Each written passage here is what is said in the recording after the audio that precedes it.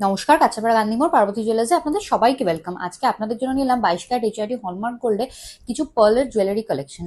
প্রচুর কালেকশন নিয়ে এসেছি আপনাদের জন্য। দেখুন, পার্লের চোকার নিয়ে এসেছি, নেকলেস নিয়ে এসেছি, একদম লাইট ওয়েটের মধ্যে কিছু পার্লের সীতাহার নিয়ে এসেছি। এগুলো কিন্তু খুব হাই ডিমান্ডিং আইটেম প্রত্যেকটা।